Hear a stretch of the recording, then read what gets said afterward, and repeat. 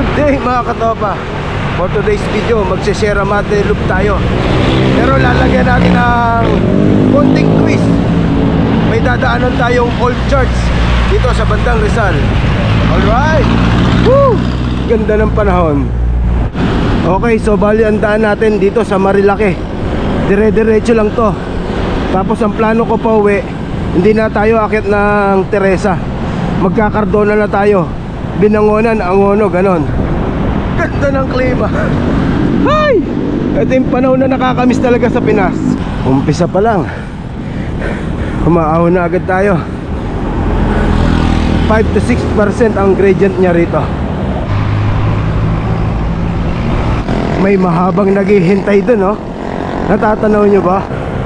Hane pala ang gradient dito 8%. Kaya pala ang kunat.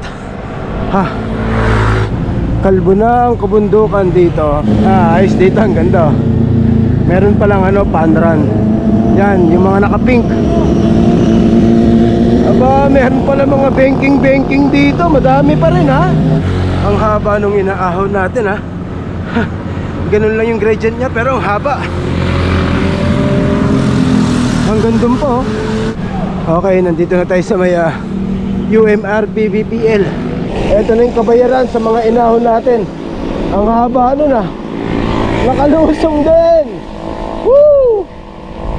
Andito yung ahon kape, nasa kaliwa. Okay, diretso lang tayo. Hanapin natin yung paglilikuan natin. Ito na yung Buso-Buso Hotel pala. Pupuntahan muna natin yung yung old church. Along the way rin naman yun, kaya daanan na natin. Ganda. Woo! Nice weather. 47 50 49.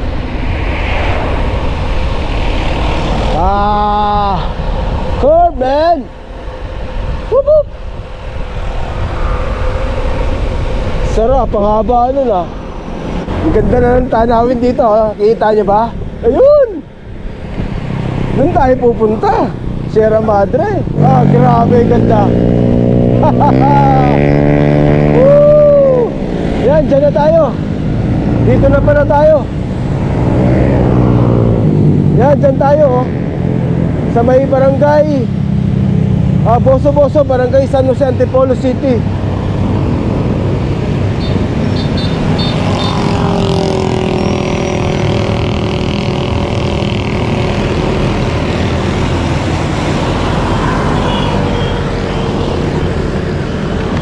Yan, dito tayo. So yun, yung arko na yun ay yung papasukan nyo. Yung Boso-Boso, barangay San Jose, Antipolo City. Oh, lusong pala to.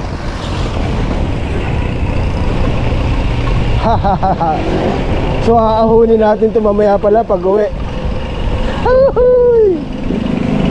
Oh my God. Ahon, no? Oh, di ba?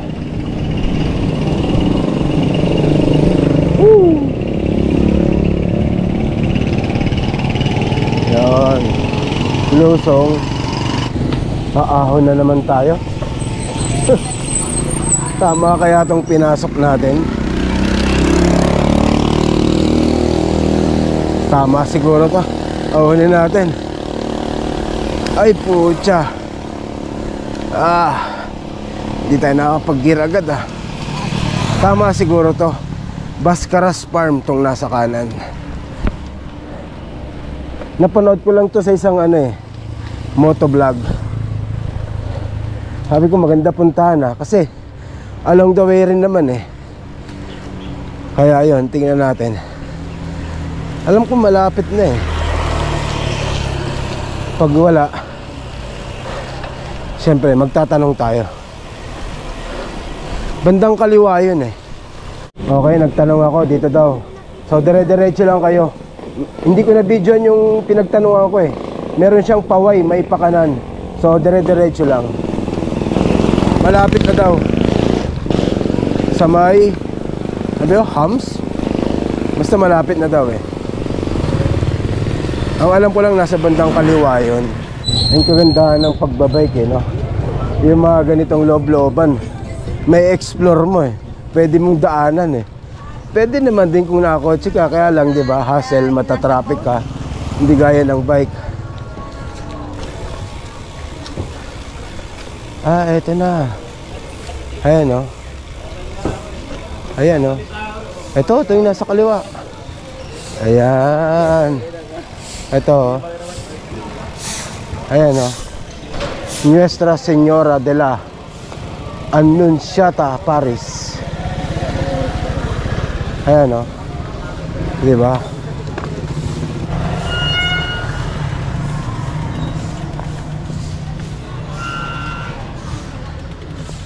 O, diba ang ganda?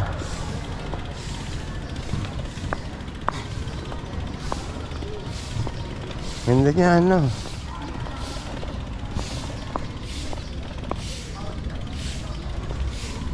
Good morning po. Good morning po. Good morning po. Ganda, ano? Wow! Ganda! O, diba? Wow, nice. Diba? Ganda, no? National Historical Commission. Simbahan ng Lumang Boso-Boso. Itinayo ang unang simbahan ng maorganisa ng mga paring Fransiskano, ang mga dumagat ng Lanatin at lunutan sa kabundukan ng Tanay, lalawigan ng Tondo, ngayon Rizal, 1669. Tinawag na misyon ng San Andres de Latina ng mga paring Fransiskano. 1670, tinawag na Boso-Boso ng ituloy ng mga paring Jesuita ang misyon kasabay ng pagiging bayan nito. 1741, isinalin sa mga paring sekular. 1768, nawasak ng lindol. 1880, inabandona dahil pinalipat ang mga taga rito sa bagong Boso-Boso sa ilalim ng Antipolo Rizal. Matapos isama sa Marikina Watershed Reservation, 1911, naging himpilan ng Hunters ROTC guerrilla ang mga guho nito. 1742, muling inayos ng mga mananampalataya at ng mga paring Camiliano. 1995, talagang patron ang Nuestra Señora de la Annunciata at muling naging parokya ng Diocese ng Antipolo sa pangasiwa ng mga paring Camiliano. 2004. So okay, nakapagdasal na rin tayo. So tingnan natin kung gaano kahaba. So nakakaano tayo, 24.5 kilometers.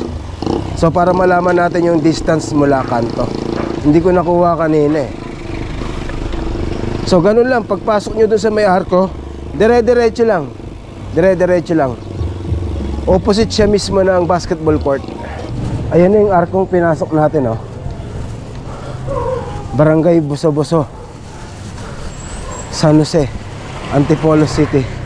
So pagpasok nyo, lusong agad. Yan. Ayan na yung main road. Okay. So ang distance nya 1.6 kilometers mula rito sa arko. So doon tayo galing. Papasok tayo mamaya dyan. Yan, pag ganyan tayo. Yan. Ang haba. 8%. 9. Okay, lusong na tayo. Ang haba din nun ah. Ang kunat. Sarap.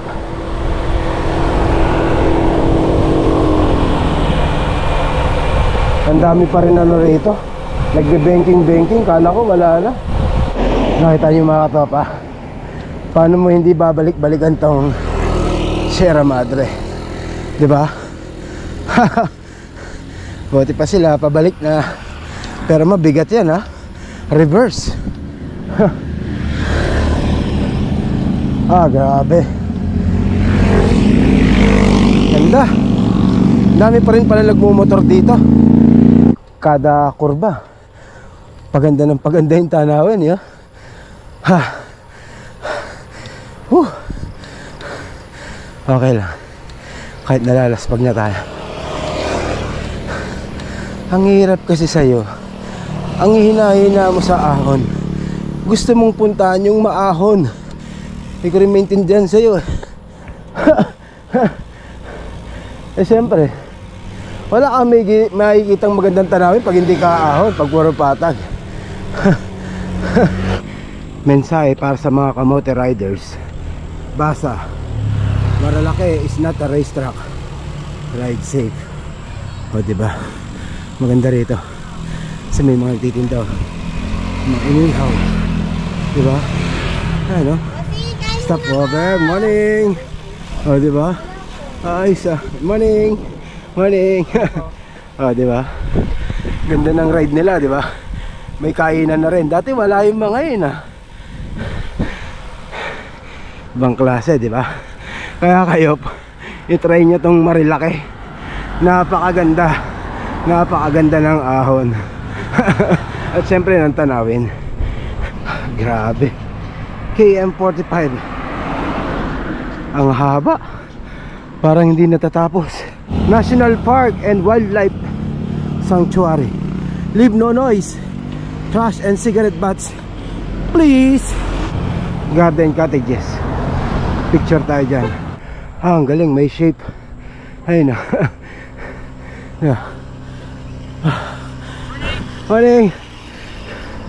Hi. KM47 Baras Rizal. Big C. Wala tayong sticker kaya hindi na tayo hinto. Wala tayong kakabit dyan. So diretso na tayo.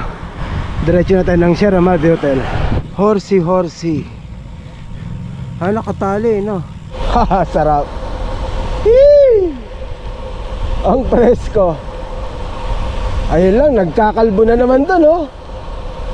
Ayan, no? Ano ba yan?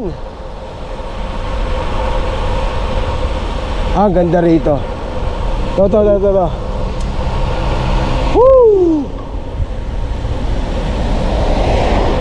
Yeah! Ah, panalo. Damn! Whoop whoop! Ah, sarap. Kaya bumibilis tayong todo. Lali lang sa preno. Oh, grabe. Ang bilis. So may pulis na rito. Dito yung may namatay si Superman. Yan, dito yun. Kaya nagkaroon na ng outpost dyan, no? Nagkaroon na ng police outpost.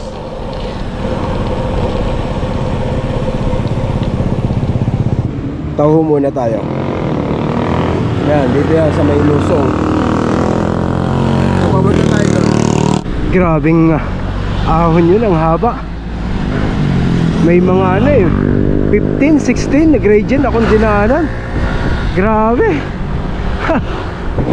Ayan na yung Tanay Highland.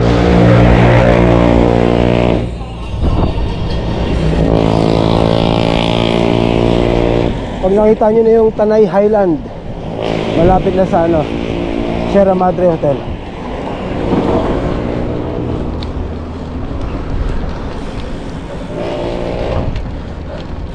Ayan o. Pagkalikulang picture sila. Hintayin natin.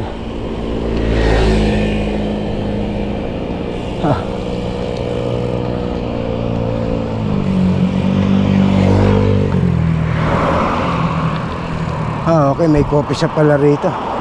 So mula Pasig hanggang dito 46.84 kilometers. Ano yung Sierra Madre Hotel. So after nyan, puro lusong na yan. Hanggang ano na yan, hanggang Baras. Dire-diretso na yan, puro lusong na lang yan. Tapos meron na palang kapehan dito. Cafe Benito. Selfie lang tayo mamaya dyan.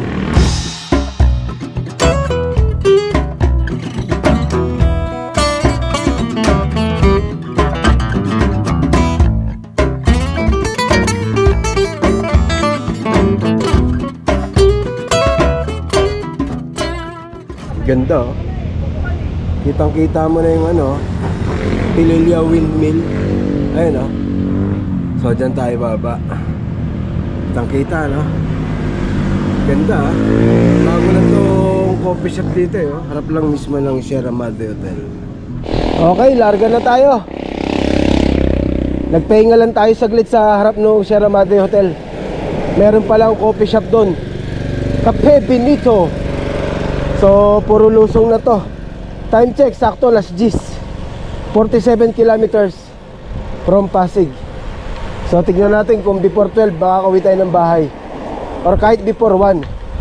Kasi sabi ko kay Mrs. doon ako mananangalian sa bahay, so baka hinihintay tayo. Yan mga katropa, tignan nyo yung bandang kaliwa. Ang ganda ng view sa kaliwa. Oh, grabe. Woo! Puro lusong, mahaba to. Kaya kung i-reverse mo to, ba mahirap to. Kaya saludo ko sa mga nag-reverse dito, eh. Grabe. Labas nito, Tanay Sampaloc sa crossing. Tapos kakanan tayo. Ito na yung crossing. So pag diniretso niyan, paimpanta yan. So kakanan na tayo dito.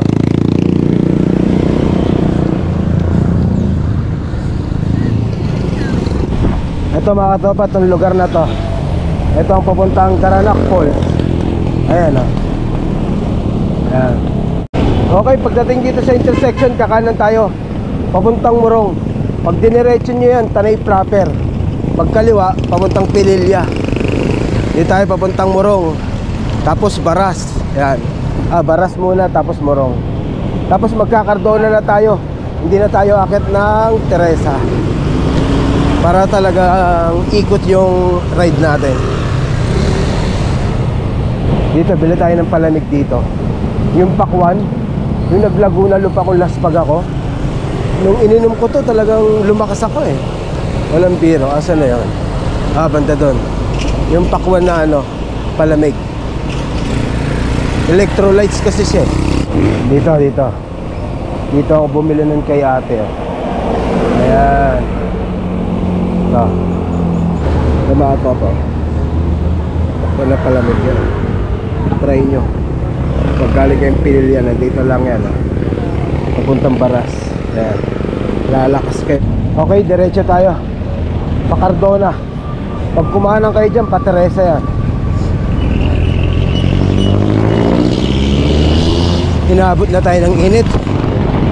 Oh, 43 ang temperature.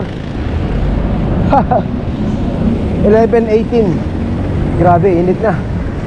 Sakto alas 12, nasa Binangonan na tayo. Siguro mga alauna, nasa bahay na ako nito. Ang init na. Ay! Kahit saan traffic. Parang katatapos lang ng ulan dito, ha. Yung mga dinaanan natin sobrang init. Dito naman katapos na ng ulan. Basta yung daanan, no? Saka makulimlim. Kung kailan malapit na tayo sa bahay, tsaka umulan. Dapat kanina pa umulan, yung dinaanan natin sobrang init doon. So bali naka 104 kilometers na tayo. Grabe. Woo! Lakas ng ulan. Ito yung inihintay kong umulan talaga, eh. So at least kahit malapit na sa bahay, na-experience natin yung umuulan. Naging maganda yung ride natin. I-try nyo yun, yung Sierra Madre Loop, tapos sa may Old Church. Pag hindi nyo nasundan yung video, follow nyo lang ako sa Strava. So hanggang dito ang video natin. Ang sarap, malakas ng ulan. Thank you for watching. See you next one. Bye bye.